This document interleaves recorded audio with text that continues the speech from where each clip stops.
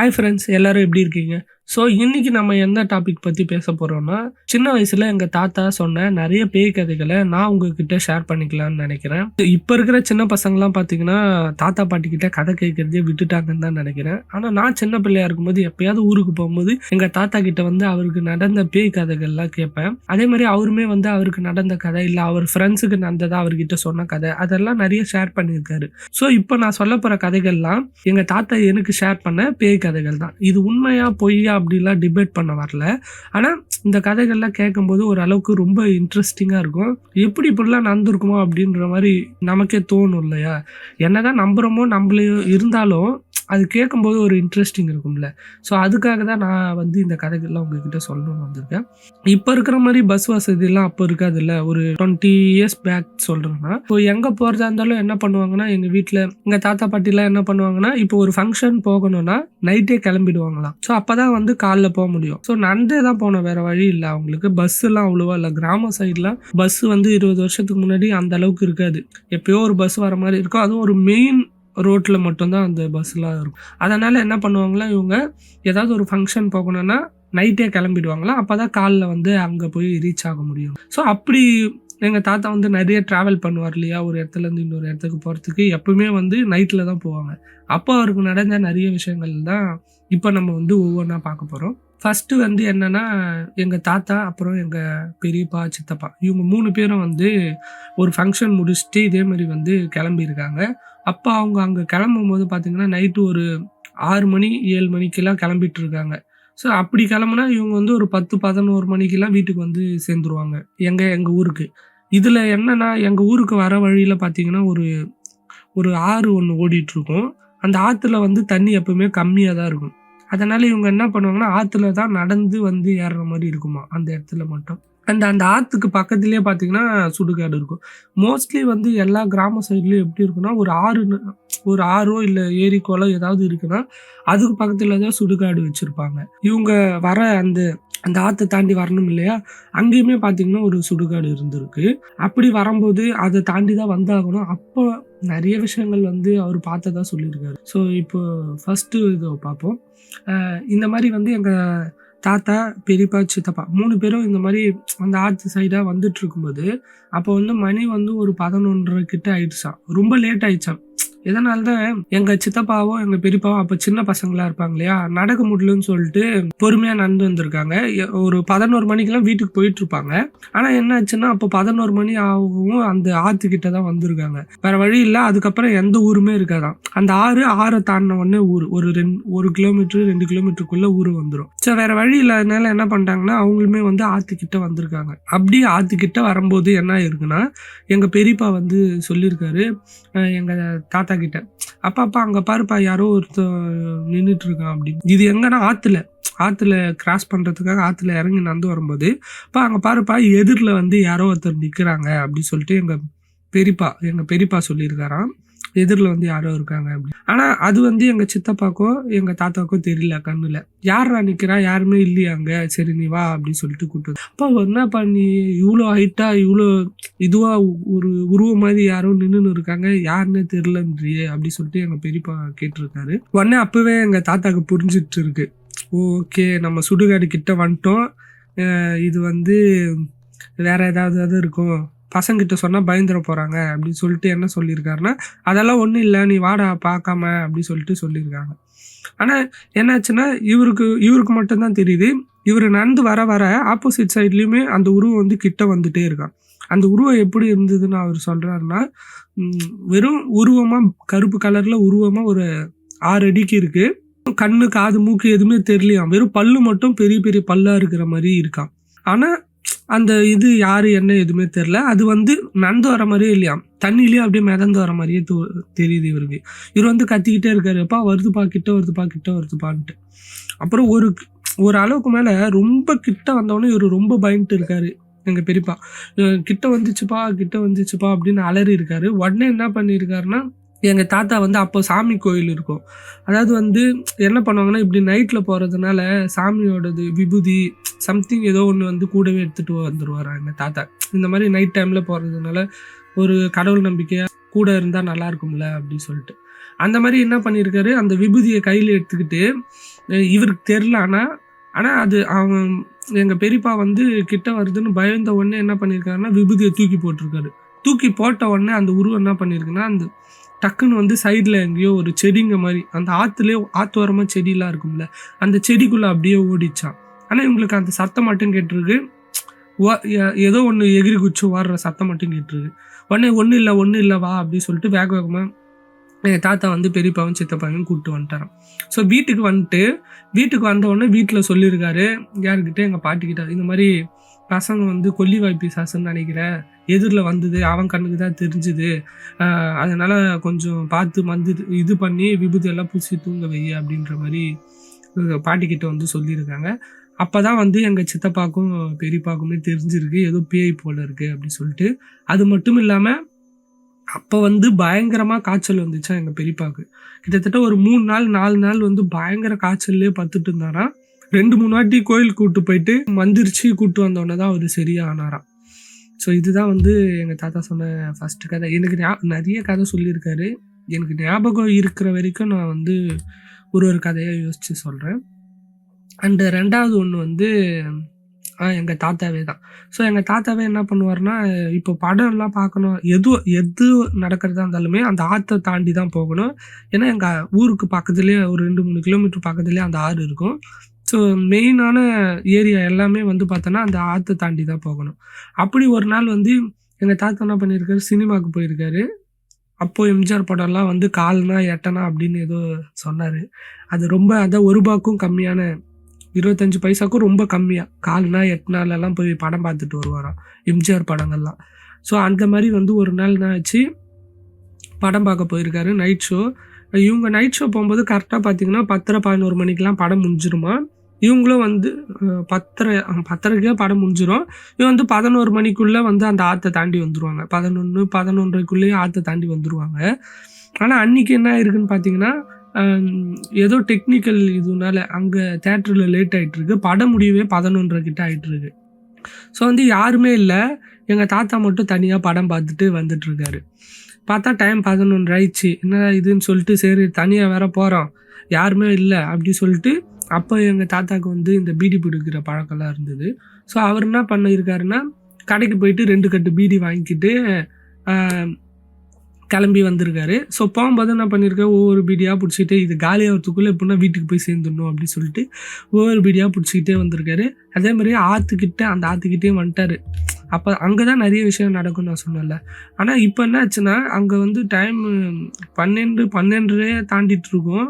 அவர் அந்த ஆற்றுக்கிட்ட வரும்போதே 12:30 கிட்ட தாண்டிட்டு இருக்கும். அப்போ என்ன ஆச்சுன்னா, அவர் ஆற்று யோசிச்சுக்கிட்டே வந்திருக்காரு. ஆஹா, அன்னைக்கு கூட நம்ம பார்த்துருக்கோம், நிறைய தடவை இங்கே வந்து நிறைய நடந்திருக்கு, நிறைய பேர் சொல்லியிருக்காங்க, நம்ம வேற தனியாக வரோம், பயந்தா கூட நம்ம வெளியே காட்டிக்கவே கூடாது அப்படி சொல்லிட்டு நினச்சிக்கிட்டே அவர் வந்து அந்த ஆற்றை காணிட்டு இருக்காரு. ஸோ அப்போ வரையும் எதுவுமே தெரில அவருக்கு. அப்பாடி பரவாயில்ல, நல்ல வேலை எதுவும் நடக்கல அப்படி சொல்லிட்டு ஆற்றை தாண்டிட்டாரா. ஆற்றை தாண்டி கொஞ்சம் தூரம் நடந்து வரும்போது பார்த்தீங்கன்னா அங்கே ஒரு பெரிய புளிய மரம் இருக்குமா, ரொம்ப பெரிய புளிய மரம். அது இவரில் அந்த ஆற்றை தாண்டி அந்த வரும்போது காற்று அடிக்கலை, எந்த மரமும் அசையலை. அந்த ஒரு வேப்ப மரம் மட்டும் பயங்கரமாக காற்று அடிக்கிற மாதிரி அசைஞ்சிட்டே இருக்கான். இவருக்கு அதை பார்த்தோன்னா பயங்கர இது, எப்படா இது, இது எங்கேயுமே எந்த மரமும் அசையலை, காற்றும் அடிக்கலை. அந்த ஒரு வேப்ப மரமா, ஆமாம் வேப்ப மரம் தான் நினைக்கிறேன். அந்த ஒரு வேப்ப மரம் மட்டும் எப்படா இப்படி பயங்கரமாக அசையுது அப்படின்னு சொல்லிட்டு. அதுக்கப்புறம் என்ன பண்ணார், இப்போ அவருக்கு ரொம்ப பயமாயிடுச்சு. அந்த வேப்ப மரத்தை தாண்டி தான், வேப்ப மரம் தான் நினைக்கிறேன், வேப்ப மரமா புளிய மரமா வேப்ப மரமான்னு எனக்கு சரியாக ஞாபகம் இல்லை. மோஸ்ட்லி வேப்ப மரம் சாமிக்கு தானே சொல்லுவாங்க, சாமி இருக்கும்ட்டு. அப்போது ஒரு வேளை புளிய மரமாக இருக்கும்னு நினைக்கிறேன். ரொம்ப நாள் ஆச்சா, டக்குன்னு எனக்கு ஸ்ட்ரைக் ஆகலை. அவர் வந்து அப்படி இப்போ அதை தாண்டி தான் போகணும், அந்த புளிய மரத்தை தாண்டி தான் அவர் போய் ஆகணும். இப்போ வந்து அவருக்கு ரொம்ப பயமாயிடுச்சு. எப்படா இது காற்றே அடிக்கலாம், அந்த ஒரு மரம் மட்டும் இப்படி அசையுது அப்படி சொல்லிட்டு என்ன பண்ணாருன்னா, இப்போ ஒரு பீடி இல்லாமல் 2 பீடியை சேர்த்து பார்த்த வச்சுக்க ஆரம்பிச்சிட்டாராம். எப்படியாவது பிடிச்சிக்கினே போயிடணும் அப்படி சொல்லிட்டு குனிஞ்ச தலை நிமிராமல் 2 பீடியாக பற்ற வச்சுக்கிட்டு 2 பீடியாக அப்படியே வேகமாக நடந்து அந்த புளிய மரத்தை தாண்டி போயிட்டாராம்.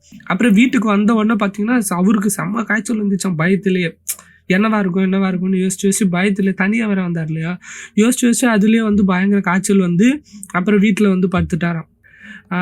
அண்டு இதே மாதிரி இன்னொரு வாட்டி வந்து எங்கள் தாத்தாவும் எங்கள் அப்பாவும் இதே மாதிரி வந்து படம் பார்த்துட்டு வந்திருக்காங்க. அப்போது நான் சொன்னேன் இல்லையா, நைட் ஷோ வந்து மோஸ்ட்லி இவங்க நைட் ஷோக்கு தான் போவாங்க. எதனாலனா காலைல வேலை இருக்கும், எல்லாமே இருக்கும்.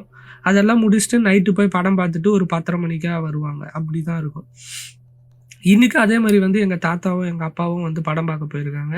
படம் பார்த்துட்டு அதுவும் கரெக்டாக 10:30 மணிக்கெலாம் முடிஞ்சிச்சு. அங்கேருந்து வந்திருக்காங்க. கரெக்டாக ஒரு 11 மணி இருக்கும்னு நினைக்கிறேன் ஷார்ப்பாக. டைம்லாம் கொஞ்சம் அப்படி இப்படி தான் இருக்கும். ஏன்னா எனக்கு எப்போவே சொன்ன கதைகள் எல்லாமே. ஸோ 11 மணிக்கு வந்து அந்த இதுவை கிராஸ் பண்ண வந்திருக்காங்க. அந்த ஆத்தோரத்தை கிராஸ் பண்ண வரும்போது என்ன ஆயிருக்குன்னா, எங்கள் அப்பா கண்ணுக்கு மட்டும் ஏதோ நெருப்பு மாதிரி எரிஞ்சுக்கிட்டே இருக்குது தூரத்தில். ஒன்று வந்து இவர் பார்த்து எங்கள் தாத்தா கிட்ட சொல்லியிருக்காரு, பாருப்பா இந்த டைம் யாரோ வெக்கோல எரிச்சு விட்ருக்காங்க பாருங்க, நைட்டு 11 ஆகுது, இந்த டைம் வெக்கோல எரிச்சு விட்ருக்காங்களே, அது மொத்தமாக எரிஞ்சிட்டா என்ன பண்ணுறது அப்படின்ற மாதிரி கேட்டுன்னு இருக்காராம். ஆனால் எங்கள் தாத்தாக்கு அது தெரியவே இல்லையா, இவர் என்ன சொல்கிறாருன்னு. அங்கே எதுவுமே எரியிற மாதிரியே இல்லை, அமைதியாக இருந்திருக்காரு. சரி அப்படின்ட்டு. ஆனால் இவருக்கு என்ன தெரிஞ்சிருக்குன்னா, தூரத்தில் பார்த்தோன்னா சுடுகாட்டில் வந்து ஒரு பணம் எரிஞ்சுன்னு இருக்கான். அதுதான் இவருக்கு தெரியுது. ஆனால் எங்கள் அப்பாவுக்கு எப்படி தெரியுதுன்னா, ஏதோ ஒரு வெக்கோல் மூட்டை எரியிற மாதிரி ஏதோ அப்படி தெரிஞ்சிருக்கு. உடனே அதெல்லாம் விடு வா அப்படின்னு சொல்லி, அதை பார்க்காத வா அப்படின்னு சொல்லிட்டு கூப்பிட்டு வந்திருக்காரு. இவங்க வந்து ஆற்றை கடக்குறாங்க. ஆற்றை கடந்துட்டு மேலே ஏறணுன்னு இல்லை, அந்த எரிஞ்சிட்டு இருந்தது பார்த்தீங்களா, அது வந்து ரொம்ப கிட்ட வந்துட்டு இருக்க, தூரத்தில் பார்த்த மாதிரி இருந்திருக்கு. அப்புறம் பார்த்தா கிட்ட வந்துட்டு இருக்கு. உடனே எங்கள் அப்பா திரும்பி பார்த்துட்டுப்பா பாருப்பா அங்கே எங்கேயோ எரிஞ்சிருந்ததுல, அதே மாதிரி இப்போ இங்கே எரிஞ்சுன்னு இருக்குது, எவ்வளோ கிட்ட எரிஞ்சுன்னு இருக்குது அப்படின்ற மாதிரி சொல்லியிருக்காரு. உடனே புரிஞ்சிச்சு, இல்லை நீ வா அப்படின்னு சொல்லி, நீ எதுவும் பார்க்காத, திரும்பி பார்க்காத, வா போயிடலாம் அப்படின்னு வேக வேகமாக நடக்க ஆரம்பிச்சிருக்காங்க எங்கள் அப்பாவும் எங்கள் தாத்தாவும். நடக்க ஆரம்பித்தோன்னா அது அந்த எரிஞ்சுக்கிட்டே இருக்கிறது வந்து கிட்ட வந்துகிட்டே இருக்குது. கிட்ட வர வர இவர் பயந்துகிட்டே இருக்காரு, கிட்ட வருதுப்பா அப்படின்னு சொல்லிட்டு. உடனே என்ன ஆச்சுன்னா, இவர் அதுதான் சொன்னோம்ல, அந்த விபூதி எப்பவுமே கையிலேயே வச்சுருப்பாரு இவர்.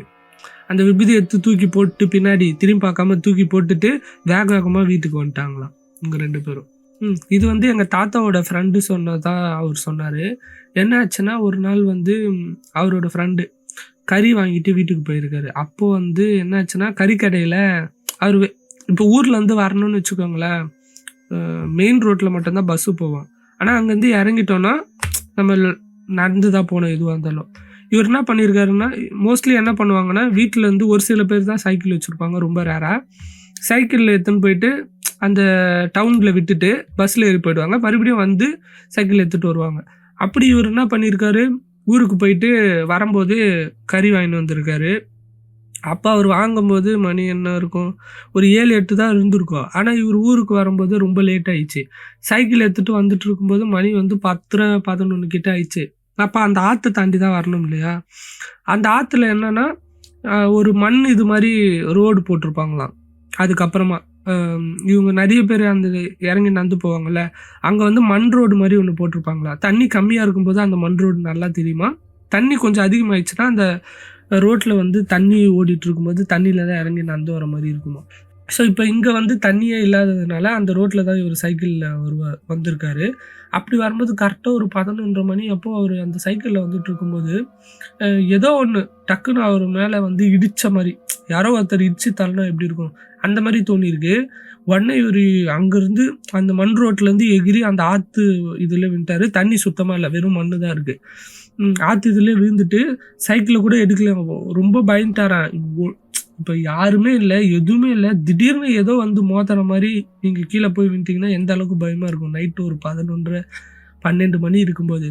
அதனால் அவர் என்ன பண்ணியிருக்காரு, கறி எதுவுமே எடுக்கல, சைக்கிள் எதுவுமே எடுக்கல, அப்படியே எல்லாத்தையும் போட்டு குடுன்னு ஓடியே வீட்டுக்கு வந்துட்டாராம். வீட்டுக்கு வந்து வீட்டில் சொல்லியிருக்காரு, சரி விடுங்க, சாமி புண்ணியத்தில் தான் நீங்கள் தப்பிச்சிருக்கீங்க, என்ன வந்ததோ ஏது வந்ததோ அப்படின்லாம் பேசிக்கிட்டு விபூதியெல்லாம் பூசி விட்டு தூங்க வச்சுட்ருக்காங்க. அடுத்த நாள் காலைல வந்து அவர் சைக்கிள் எடுக்கலான்னு போகும்போது அந்த கறி கவரையே காணுமா. அங்கே இப்போது சைக்கிள்லேருந்து கீழே விழாருன்னு பார்த்தீங்கன்னு வச்சுக்கோங்களேன், கறி அங்கே இங்கே செதறி இருக்கணும், இல்லை கவரில் இருக்கணும்ல. ஆனால் எதுவுமே இல்லை. அட்லீஸ்ட் இப்போ நாய் ஏதோ சாப்பிட்டு இருக்குன்னா கூட அங்கே இங்கே அந்த கவராது இருக்கும்ல, கவரையாவது கீழ்ச்ச மாதிரி எதுவுமே இல்லையா. அங்கே கறி இருந்ததுக்கான அடையாளமே இல்லை. இவர் சைக்கிள் மட்டும்தான் அங்கே விழுந்திருக்கு. ஸோ இந்த சைக்கிள் எடுத்துக்கிட்டு அவர் வந்துட்டாராம். ஓகே, இதுவும் வந்து எங்கள் தாத்தாவோட ஃப்ரெண்டுக்கு நடந்ததான் எங்கள் தாத்தா சொன்ன கதை தான். என்னென்னா, எங்கள் தாத்தாவோட ஃப்ரெண்டு வந்து ஒரு நாள் நைட்டு வந்து முட்டைலாம் வாங்கிட்டு போயிட்டு இருந்திருக்காரு. அப்போ வந்து இது வந்து அந்த ஆத்தாண்டி அதெல்லாம் இல்லை, இது வந்து ஊர் எல்லைக்கிட்ட போகும்போது அப்போ மணி வந்து இப்போ எது வாங்கினாலும் டவுனில் தான் வாங்கின்னு வரணும். எதுவாக இருந்தாலும் டவுனில் வாங்கிட்டு தான் வரணும். கிராமத்துலலாம் அவ்வளோவா கடைங்க இருக்காது. அப்போ அந்த மாதிரி இவர் வந்து முட்டைலாம் வாங்கிட்டு வந்துட்டு இருக்கும்போது அந்த ஊர் எல்லைக்கிட்ட வரும்போது திடீர்னு ஒரு குரல் கேட்குதான், எனக்கு ஒரே ஒரு முட்டை கொடு அப்படின்ட்டு. இவர் என்ன பண்ணியிருக்காரு, திரும்பி பார்த்துருக்காரு. திரும்பி பார்த்தா யாருமே இல்லை, பின்னாடி ஒருத்தரும் இல்லை. இவர் மட்டும் தனியாக தான் வந்துன்னு இருக்காரு. யாருமே இல்லை. யாருமே இல்லை, ஏதோ முட்டை கொடுன்னு கேட்ட மாதிரி இருந்தது அப்படி சொல்லிட்டு அதுக்கப்புறம் என்ன பண்ணியிருக்காரு, பொறுமையாக நடந்து வரும்போது பின்னாடி யாரும் நடந்து வர மாதிரி ஒரு ஃபீல் இருக்கும்ல, நமக்கு பின்னாடி யாருன்னா நடந்து வந்தால் கூட நடந்து வர மாதிரி ஒரு ஃபீல் இருக்கும்ல, அந்த மாதிரி அவருக்கு தோணி இருக்கு. யாரோ வர மாதிரியே இருக்கு, ஆனால் திரும்பி பார்த்தோமே யாருமே இல்லையே அப்படின்னு சொல்லிட்டு அந்த எல்லைக்கிட்ட மறுபடியும் நடந்து கொஞ்சம் தூரம் ஒரு 2-3 ஸ்டெப்பு நடந்து போனோன்னா மறுபடியும் அந்த சத்தம் கேட்குது, எனக்கு ஒரே ஒரு முட்டை மட்டும் கொடு அப்படின்னு. பண்ண இவருக்கு வந்து பயமாயிடுச்சு, என்ன பண்றதுன்னு தெரியல.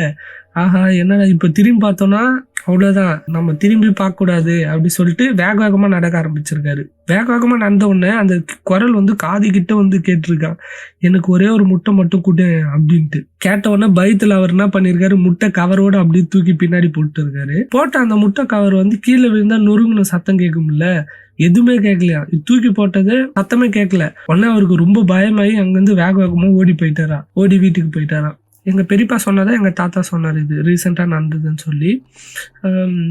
என்னென்னா எங்கள் பெரியப்பா வேலைக்கு போயிட்டு வர்றதுக்கே வந்து நைட்டு 10:30-11 ஆகிடும். வேலை செஞ்சுட்டு இருந்த இடத்துல வேறு ஊரில் அங்கே வேலை செஞ்சுட்டு இருப்பாங்க.